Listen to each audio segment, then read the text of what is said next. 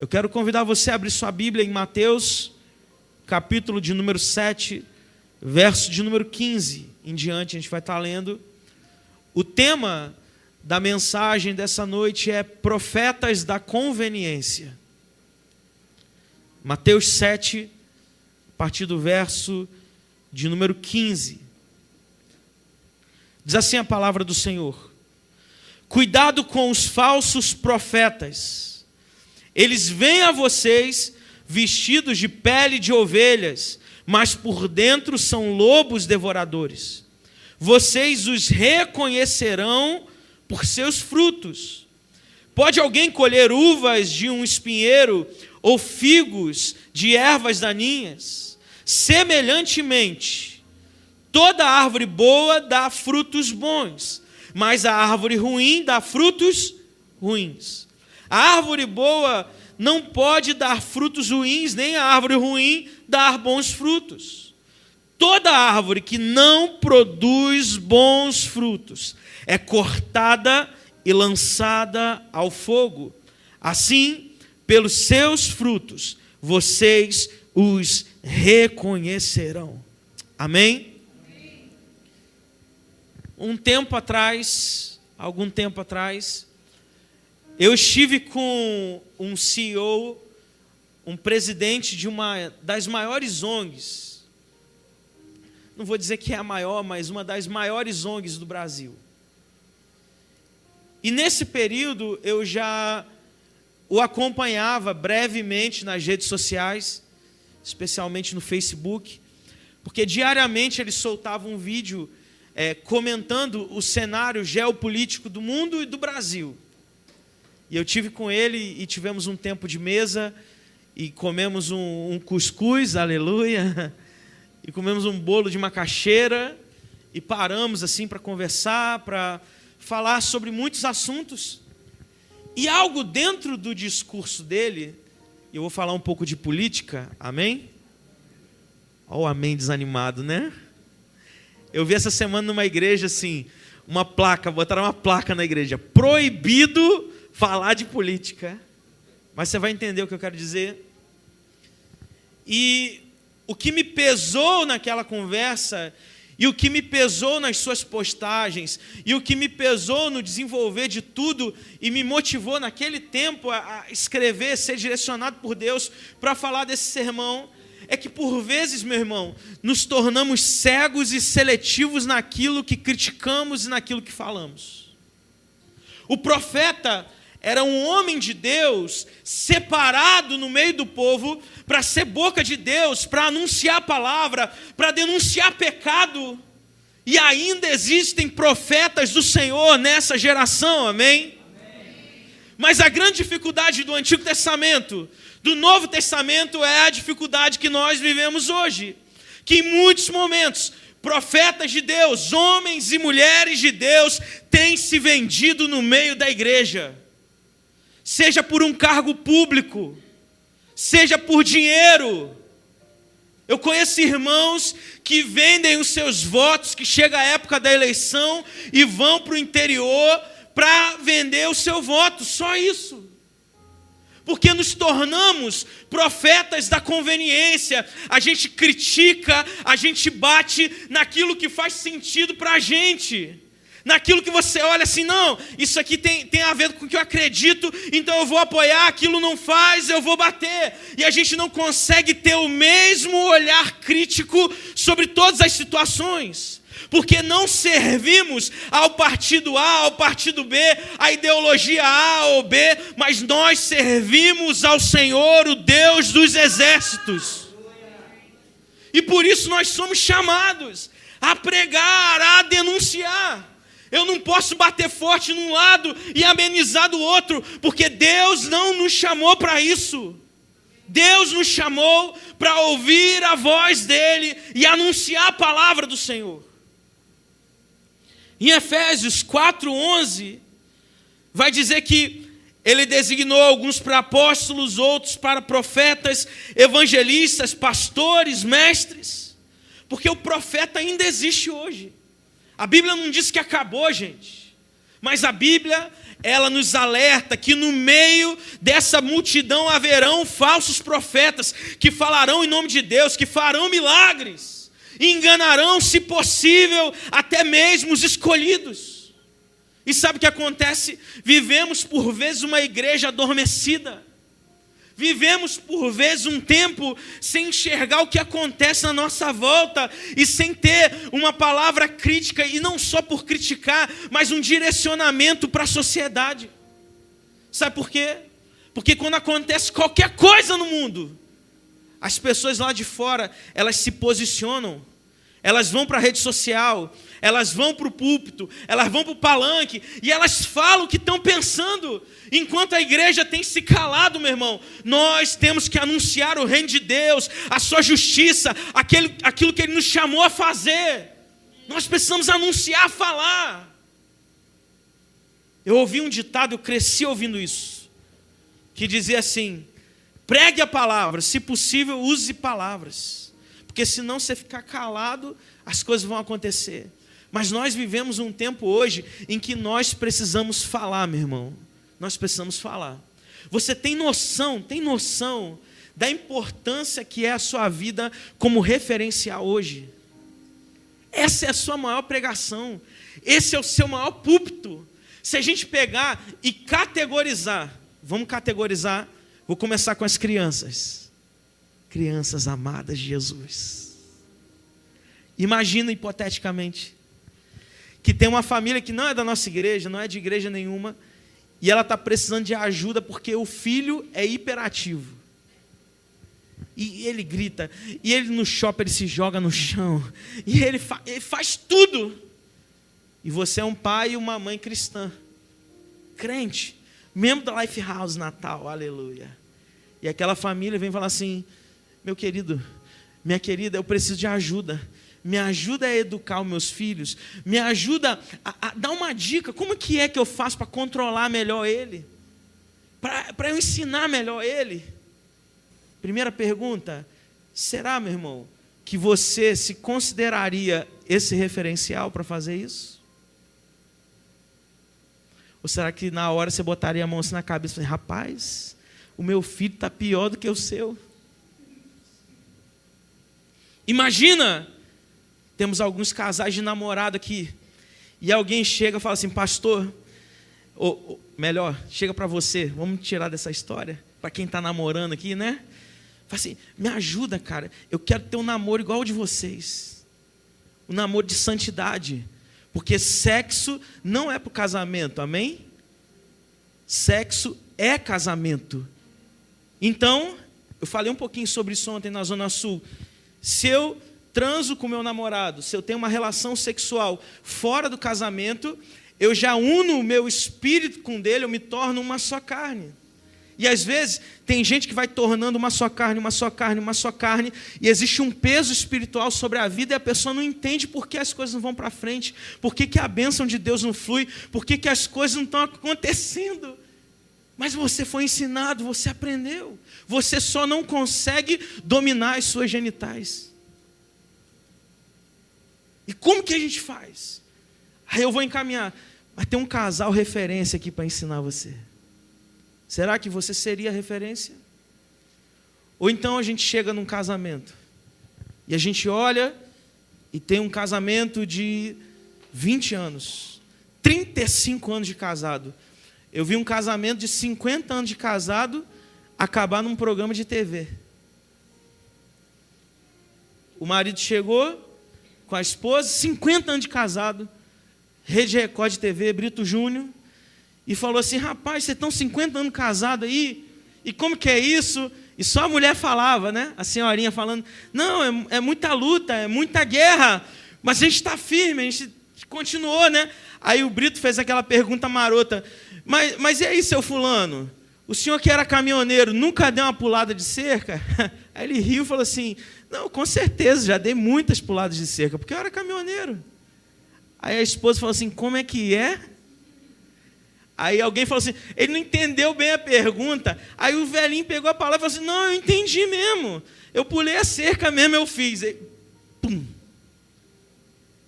Porque às vezes não é pelo muito tempo que a gente está junto. Porque às vezes tem 20, 30, 40 anos de casado e a coisa não está funcionando. O diálogo não existe. O casamento virou uma amizade. As coisas não estão funcionando, mas como eu vou ser um profeta, não de conveniência, não de vestir uma capa que eu estou na igreja, não só de participar de uma membresia de uma igreja, mas eu vou ser aquele que digo assim, olha para mim como Paulo disse, ei, olha para a minha vida, olha para o meu filho, olha para o namoro aqui, olha como eu me porto no trabalho, olha como eu não minto, como eu não xingo, porque o que vai te fazer ir para a eternidade, meu irmão, não é o domingo que você está aqui na igreja, mas é o como você vive, as decisões que você toma e a decisão que você tomou ao lado de Jesus Cristo. Porque senão, a gente está vivendo um grande teatro. A gente é a pior pessoa do mundo lá fora, e aqui na igreja todo mundo é santo, todo mundo é lindo, todo mundo até banho tomou. Mas não consegue enxergar aquilo que Deus quer fazer. O que é um profeta? Pode passar o slide. Profeta é a palavra mais usada no Antigo Testamento como nabi, que transmite o conceito de alguém que fala por outro como a sua boca, como está escrito lá em Êxodo 4, verso 16.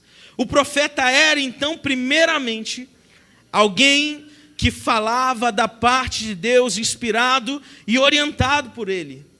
Existem 3 ofícios no Antigo Testamento. O primeiro deles é profeta. O segundo é sacerdote.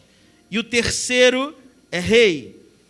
O ofício de tríplice coroa, como profeta, sacerdote e rei, ele só foi utilizado, exercido por Jesus Cristo.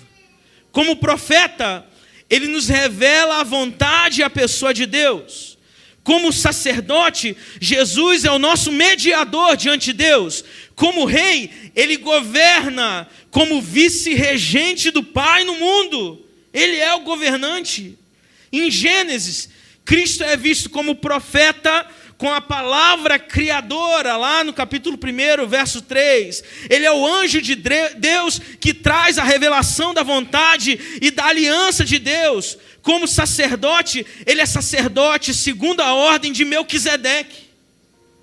Abraão vai e entrega o dízimo a Melquisedeque, rei de Salém, e ali é a personificação do próprio Cristo. Então ele recebe o dízimo naquele momento e ele o abençoa, dizendo que ele seria o descendente e mediador de bênção para a prosperidade das nações.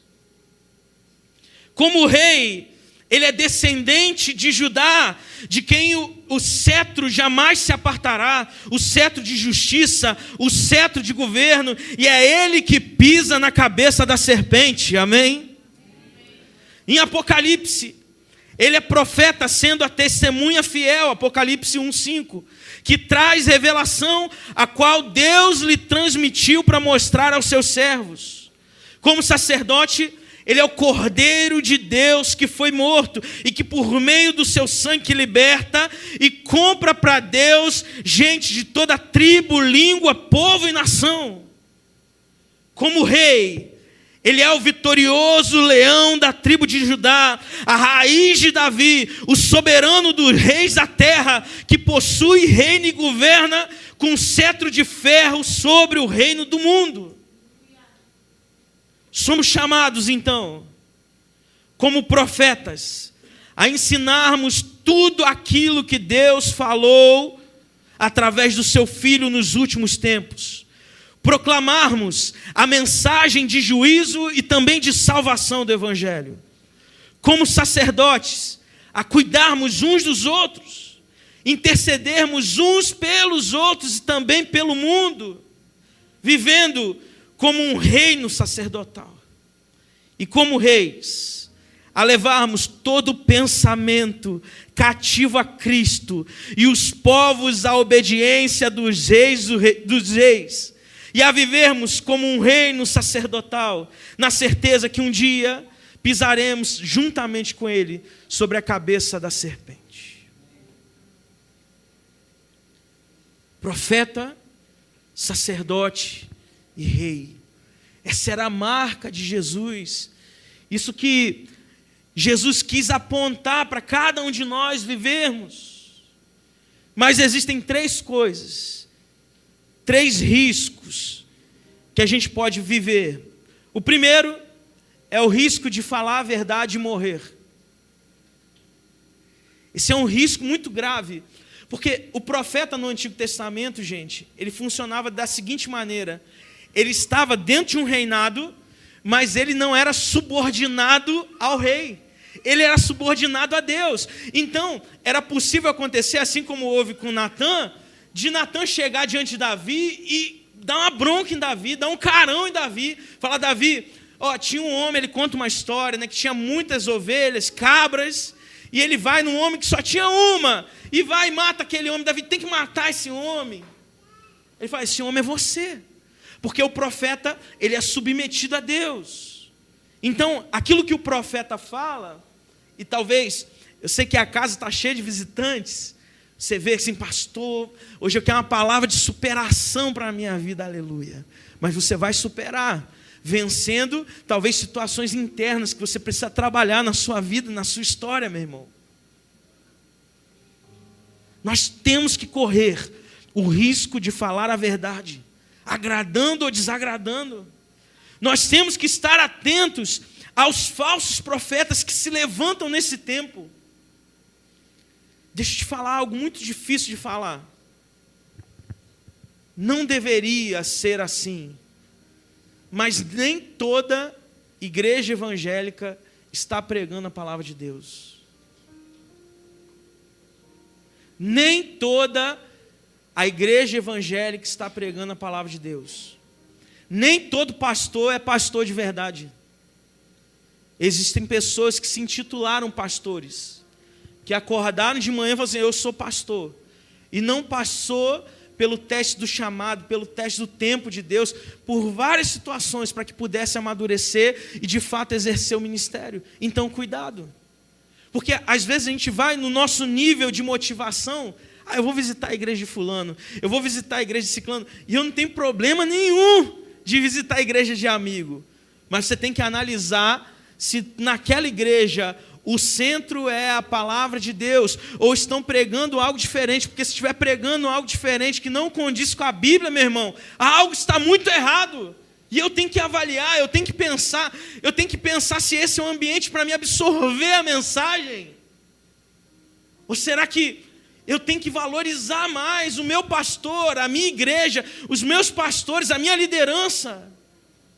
Porque hoje está fácil demais eu ligar o YouTube e assistir um monte de pregador bom, top. Mas esse pregador não é o que está do seu lado quando você está doente.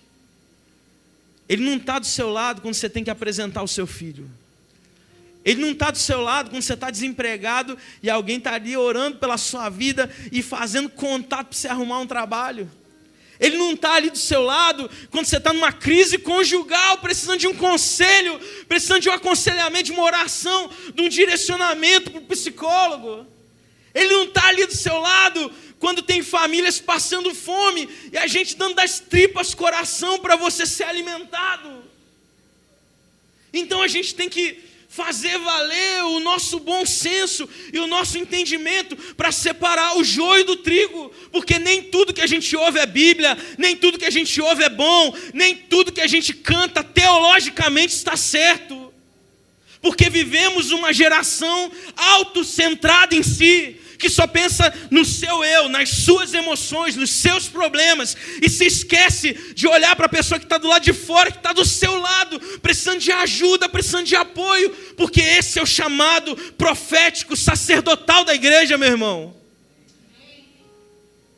Se um dia eu perder isso, a primeira coisa que eu faço é deixar o ministério. Escute isso. Se um dia eu perceber que eu andei 1 centímetro para ser motivado por dinheiro, por ser amigo de gente rica, por prestígio, por qualquer outra coisa, por me esquecer daqueles que sofrem, eu abandono, eu fecho a minha Bíblia e vou embora. Porque não foi para isso que Deus me chamou. Não foi para isso que Deus te chamou. E às vezes a gente está vivendo um monte de crise, porque a gente se esqueceu do principal. E agora a gente vai entrar nos 3 pontos. Primeiro, não se deixe enganar. 1 Tessalonicenses 5:20 diz: não tratem com desprezo as profecias, mas ponham à prova todas as coisas, e fiquem com o que é bom. Fiquem com o que é bom. Então, meu irmão, nós temos que provar aquilo que a gente está ouvindo. Eu vi de um pastor idoso já, chegando aos 90 anos. Um dia ele chegou para mim e falou assim: Eliseu, ouvir mensagem é igual comer peixe. Eu achei pelo menos curiosa essa aplicação dele, né? Eu falei, mas por que, pastor? Aí ele falou, porque você come a carne e deixa que tem espinha que vai na garganta, que você quase morre. Então, eu tenho que provar, eu tenho que analisar. E como eu vou fazer isso? Então eu vou abrir aqui o YouTube e eu vou começar a pesquisar aqui 2 dedos de teologia, eu vou começar a ver tudo que é heresia no mundo para me aprender e combater. Eu vou ser um apologeta. Não é isso não, gente. A polícia americana, e eu já dei esse exemplo 10 vezes, vai ser a 11ª. Ela tem um tipo de treinamento, um tipo de uso para descobrir se a nota de dólar é falsa ou verdadeira. Como que é? Isso tudo é verdadeira. O cara vai, chega com $1 lá, chega com $10, com $100, e ele vai estudando, e ele vai olhando o papel, a maciez, ele vai olhando a numeração, ele vai olhando todos os detalhes. Então, quando ele pega uma falsificação, essa aqui não é a verdadeira. Porque imagina se fosse o oposto. Se a gente começasse a estudar tudo que é falso no mundo, se abrir 30 Bíblias não ia dar conta. Porque cada dia que passa surge uma heresia diferente, surge o profeta do Pix. Eu fico vendo esse negócio, gente. Eu preciso esses dias a menina falou, eu preciso de 100 pessoas dando R$1.000. Fiz uma conta rápida, dava um bom dinheiro. Eu vou revelar o seu CPF. Meu irmão, o CPF a Receita Federal já tem, não preciso que revele não. Que é a única coisa que eu guardo. O RG eu não lembro de cabeça. Se revelar o RG ainda vale. Mas o que vai te ajudar? O que vai te edificar? O que vai fazer você crescer? Não se deixe enganar por qualquer pessoa que se levanta falando. Seja bereano, estude a palavra de Deus. O pastor Derlei estava fazendo a oferta aqui, né? Aí ele falou um negócio que eu chego a rir aqui do meu lugar. Ele falou assim, não vai, se você não abrir a palavra, né? Alguma coisa, eu vou ler aqui rapidinho, que o tempo estava correndo, mas depois você confere para ver se eu estou falando a verdade. Eu ri. Mas é isso mesmo. O preletor falou, o pastor Eliseu falou, está lendo tal texto, deixa eu conferir aqui na minha Bíblia. Não vai só pelo data show, não. Isso aqui é um recurso para ajudar, mas entenda o que o texto está falando, absorva, leia a sua Bíblia, que ela não seja um peso. A Bíblia, gente, não entra na nossa cabeça por osmose, não. Vou colocar aqui e vai entrar todo... Não, tem que ler, tem que abrir. É esforço. Você não treina na academia, sim ou não? Nem para isso você está dando conta. Mas você não vai... Tem que puxar ferro. Que você fazer story na academia todo dia sem malhar não adianta, não. E andando a pé para a academia não malha a perna, não, gente. Eu sei do que eu estou falando.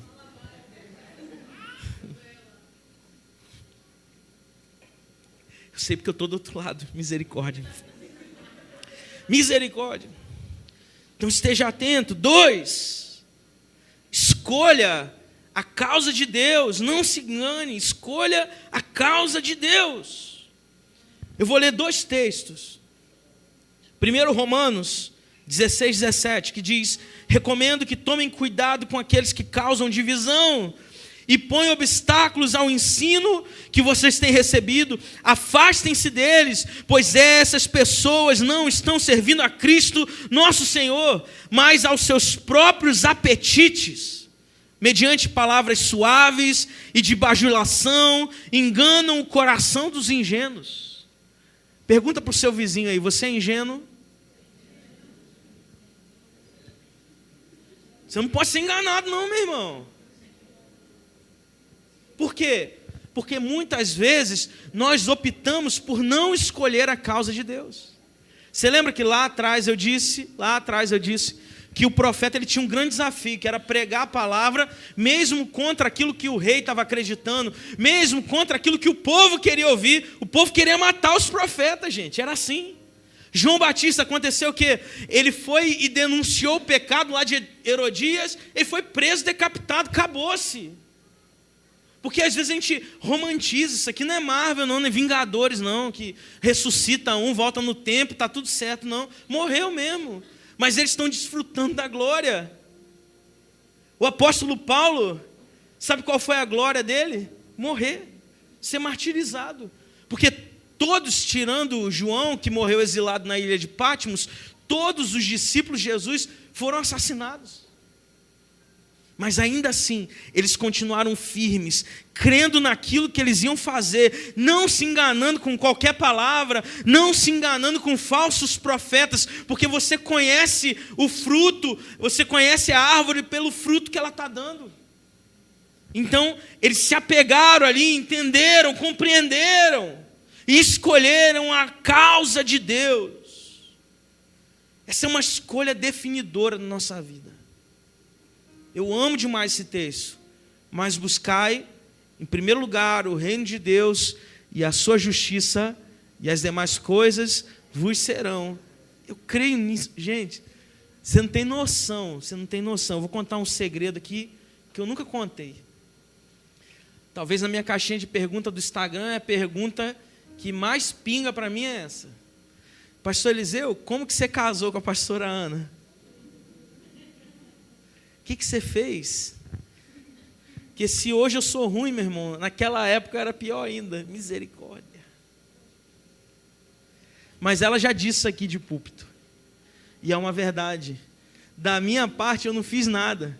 Porque o Espírito Santo, a Bíblia diz isso, não sou eu não, tá? Jorge sabe disso também. O Espírito Santo, ele cega o outro. Não, a Bíblia não fala isso não. O Espírito Santo, meu irmão, aperta aqui, meu irmão. Ele aformoseia, deixa a gente mais bonito. É ou não é? Funcionou, para ele funcionou, para mim funcionou. Eu orei ao Senhor e Deus ouviu o meu clamor. Eu busquei a presença de Deus e Ele foi acrescentando na minha vida aquilo que eu sonhava, ter uma família, avançar no meu ministério, no meu desenvolvimento, pastorear, tudo que a gente sonhou aconteceu. Só falta uma coisa. Mas a gente segue crendo, a gente segue confiando, porque o nosso Deus é o Deus da resposta e eu escolho a causa de Deus. Porque se Ele fizer, meu irmão, Ele é Deus. Se Ele não fizer, Ele continuará sendo Deus na minha vida. E a última coisa, terceira e última coisa, assuma o seu chamado. Eu quero falar de um personagem, e não tem outro para falar, que é o mais pregado, mais dito aqui na nossa igreja, que é Jonas. Eu amo Jonas. E Jonas, num primeiro momento, ele não assumiu o seu chamado. Ele queria ser outra coisa. Ele queria ser crente trader.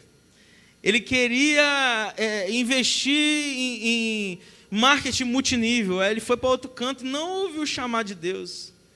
Ele queria passar num concurso público. E não que isso seja ruim, gente.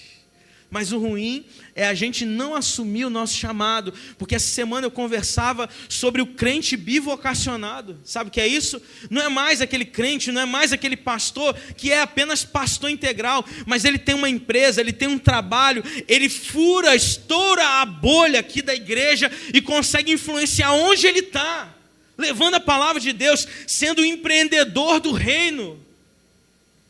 Eu tive com a galera lá de São Paulo, empreendedores do reino. Depois procura no Instagram, é a maior startup cristã do Brasil.